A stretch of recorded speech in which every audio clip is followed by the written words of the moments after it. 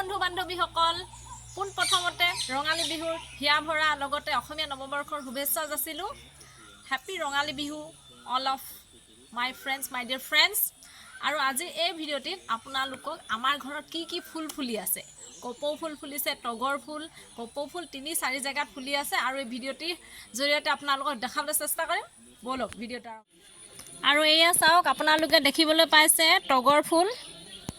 এয়া চাওক তগৰ ফুল অৰ্গেনিক কি ধুনীয়াকৈ ফুলি আছে চাওক তগৰ ফুল ইফালে গোটেই জোপা তগৰ ফুল হয় ইমান ডাঙৰ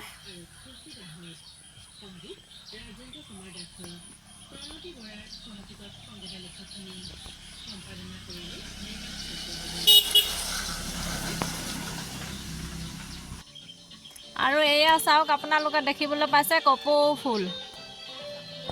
এয়া কপৌ ফুল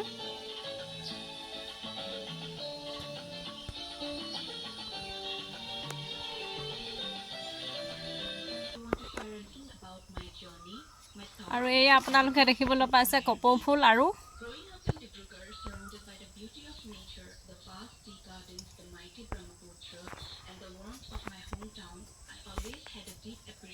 for the world around me.